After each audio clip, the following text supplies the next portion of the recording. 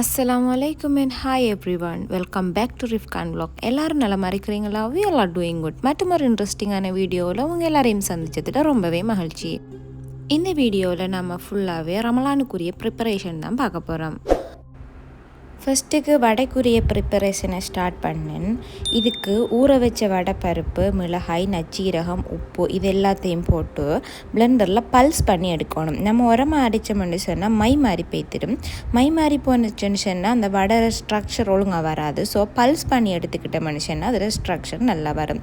இதோட சின்னதாக வெட்டின வெங்காயம் வந்துட்டு பல்ஸ் பண்ணக்கூடிய ஏன் போடுற இல்லைன்னு சொன்னால் அதுவும் சேர்ந்து பிளெண்ட் பண்ணப்படுதுன்னா அந்த வெங்காயம் முழு சேர்ந்து பொறிப்பட்டு வரக்குள்ள கொஞ்சம் டேஸ்ட் நல்லா இருக்கும். அதுக்காக வேண்டி அதை பிறகு நம்ம சின்ன சின்னதாக வெட்டி அதை போட்டு பெரட்டி எடுத்துக்கிட்டு இப்போ என்ன செய்யணும் மனுஷனா அதை தட்டியே நம்ம வேறையாக்கி வச்சுட்டு ஃப்ரீசரில் 1 ஹவருக்கு வச்சு எடுத்த மனுஷனா அதுக்கு பிறகு நம்ம அதை மொத்தமாக ஏர்டெல் கண்டெய்னரில் போட்டு வச்சிடலாம்.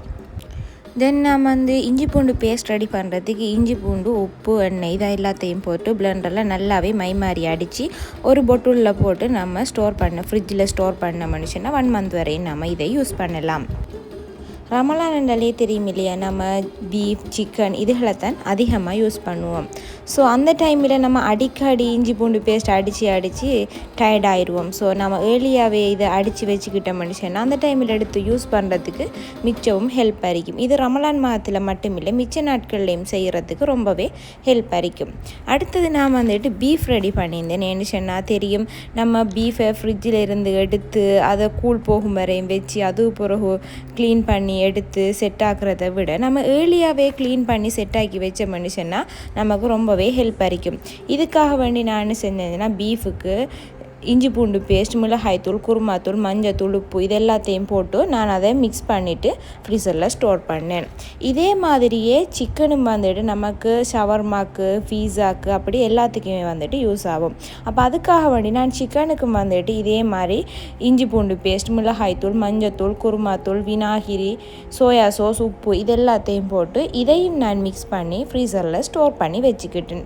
ஏன்னு சொன்னால் நம்ம அடிக்கடி செய்கிறதுக்கு நமக்கு எடுத்து யூஸ் பண்ணுறதுக்கு ஈஸியாக இருக்கும் அப்படின்னு சொல்லி இது உங்களுக்குமே ரொம்பவே ஒரு பிரயோசனமான ஒரு ரெசிபியாக இருக்கும். அடுத்தது நமக்கு சம்சா ஷீட், பெட்டிஸ், ரொட்டி இது எல்லாத்துக்குமே டோ வேணும் இல்லையா, இது எல்லாத்துக்குமே சேர்த்து ஒரே மாதிரி டோ நான் ரெடி பண்ணினேன்.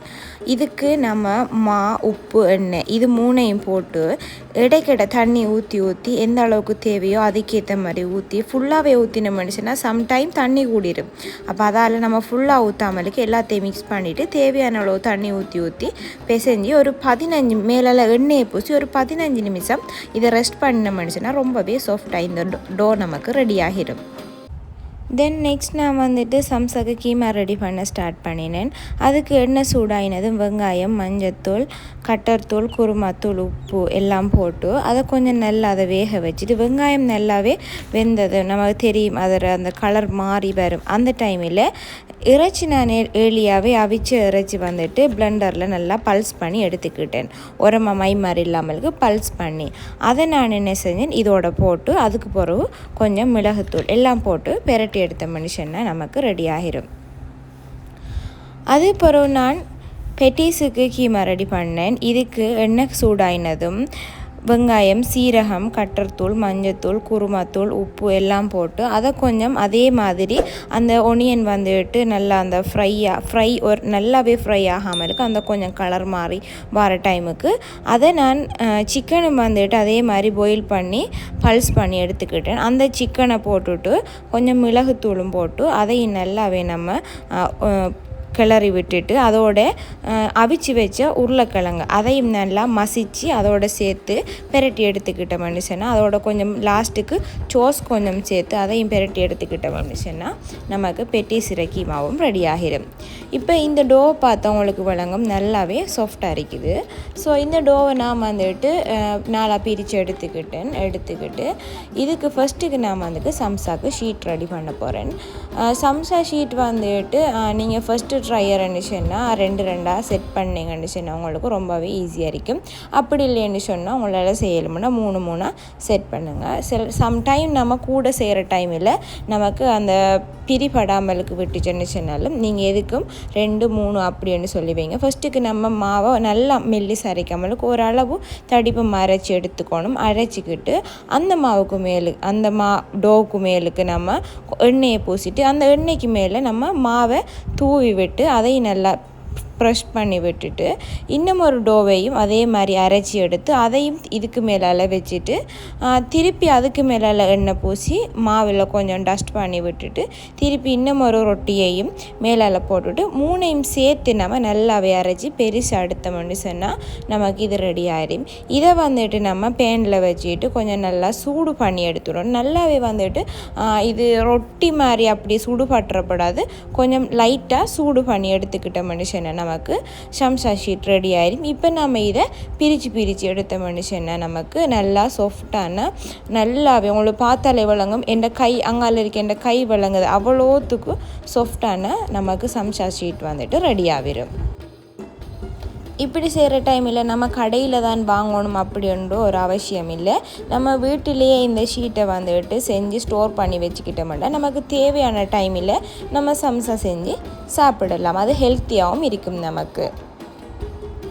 இதை நான் இப்போ இந்த சம்சா ஷீட்டுக்குள்ளே ஃபில்லிங்களை வச்சு நான் இந்த சம்சாவை ரெப் பண்ணி எடுத்துக்கிட்டேன். இதையும் இப்போ நான் ஃப்ரீசரில் 1 ஹவருக்கு வச்சு எடுத்து இதை ஏர்டெல் கண்டெய்னரில் நம்ம ஜிப்லாக் பேக் இருந்துச்சுன்னு சொன்னால் அதில் வந்துட்டு ஸ்டோர் பண்ணலாம். லேசாக இருக்கும் நமக்கு. அது மாதிரி நான் பெட்டீஸுக்கு அடுத்த டோவை எடுத்தேன். பெட்டீஸுக்கு வந்துட்டு மாவை அரைச்சிட்டு அதுக்குள்ளே கீமா வச்சு பெட்டீஸுக்குரிய டோவையும் நிறைய பேர் வந்துட்டு அச்சில் செய்வோம். அச்சை விட இப்படி செய்கிறது ரொம்பவே ஈஸியாக இருக்கும். நீங்கள் ஒருக்கா ட்ரை பண்ணி பாருங்கள். இதையுமே நான் செட் பண்ணி எடுத்துட்டு 1 ஹவருக்கு ஃப்ரீசரில் வச்சேன். இதுக்கு நம்ம அந்த தட்டத்தில் வைக்கக்குள்ளே கொஞ்சம் மாவை டஸ்ட் பண்ணி விட்டுட்டு வச்ச மனுஷன் நமக்கு கலட்டி எடுக்கக்குள்ளே ரொம்பவே ஈஸியாக இருக்கும். நம்ம வைக்கக்குள்ளே நெருக்கமாக வைக்கக்கூடாது, கொஞ்சம் கெப் விட்டு வச்ச மனுஷன்னா அந்த மாவு வந்துட்டு அடுத்த மாவில் ஒட்டாமலுக்கு நமக்கு ஈஸியாக வந்துட்டு கலண்டு வரும். தென் நெக்ஸ்ட் நாம் வந்துட்டு சிக்கன் சப்பாத்தி செய்வோம் அப்படின்னு சொல்லிட்டு ரெடி ஆகினேன். இதுக்கு சப்பாத்திக்கு உருட்டுற மாதிரியே உருட்டி எடுத்துட்டு அதை கொஞ்சம் பெருசாக்கிட்டு நடுவில் அந்த சிக்கன் ஃபில்லிங்கை வச்சு 4 பக்கமும் மடித்து விட்ட மனுஷன் நமக்கு ஒரு பாக்ஸ் ஷேப் ஒன்று கிடைக்கும். இதை கொஞ்சம் ப்ரெஸ் பண்ணி விட்ட மனுஷனா சரி, உரமாக அரைச்சிடக்கூடாது, கொஞ்சம் லைட்டாக ப்ரெஸ் பண்ணி விட்டுட்டு எடுத்த மனுஷனா சரி. இதே மாதிரியே சின்னவங்களுக்கு கொஞ்சம் இனிப்பாக கொஞ்சம் ஹெல்த்தியாக இருக்கட்டும் அப்படின்னு சொல்லிட்டு நட்ஸ் ஏர்லியாகவே நான் அரைச்சி வச்ச நட்ஸ் கொஞ்சம் இருந்துச்சு. அப்போ அந்த நட்ஸை வச்சுட்டு மேலே டேட்ஸ் வச்சுட்டு அதையுமே வந்துட்டு நான் 4 பக்கமும் மடித்து விட்டேன் அதே பொக் ஷேப்புக்கு. அப்போ அவங்களுக்கு வந்துட்டு ஹெல்த்தியாக இருக்கும் அப்படின்னு சொல்லிட்டு இந்த ரெசிபியை நான் உங்களோட ஷேர் பண்ணுறேன். உங்களோட சின்னவங்களுக்கும் இது மாதிரி செஞ்சு கொடுத்து பாருங்கள், ரொம்பவே விரும்பி சாப்பிடுவாங்க.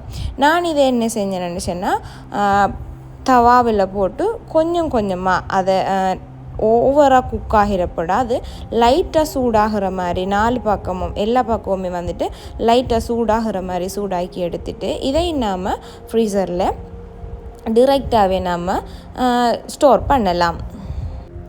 இந்த ஸ்டோர் பண்ணின எல்லாத்தையுமே நீங்கள் வந்து வெளியே வச்சு தான் குக் பண்ணணும் அப்படின்னு சொல்லி இல்லை. நீங்கள் ஃப்ரீசரில் இந்த எடுத்த உடனேயே நீங்கள் சூடான எண்ணெயில் போட்டு ஃப்ரை பண்ணி எடுத்தீங்கன்னு சொன்னால் ரொம்பவே டேஸ்டான ஹெல்த்தியான ஃபுட் நீங்கள் வீட்டிலேயே நேரத்தை வந்துட்டு செலவழியாமலுக்கு இந்த ரமலான் மாதத்தில் குறுகிய நேரத்தில் செஞ்சு எடுத்துக்கலாம். இந்த ரெசிபி எல்லாம் வந்துட்டு உங்களுக்கு ரொம்பவே பிரயோசனமாக இருக்கும் அப்படின்னு சொல்லி நான் நம்புகிறேன். லேட்டாகினாலும் உங்களுக்கு இந்த துண்டில் நீங்கள் செஞ்சு வச்சிங்கன்னா பின்னால் வர நோம்புலையும் நீங்கள் உங்களுக்கு பிரயோசனமாக்கி கொள்ளலாம். இந்த வீடியோ உங்களுக்கு பிடிச்சிருந்தால் லைக் பண்ணுங்கள், கமெண்ட் பண்ணுங்கள், ஷேர் பண்ணுங்கள், மறந்துடாமலுக்கு சப்ஸ்கிரைப் பண்ணிக்கோங்க. மற்றும் ஒரு இன்ட்ரெஸ்டிங்கான வீடியோவில் உங்களை சந்திப்போம்.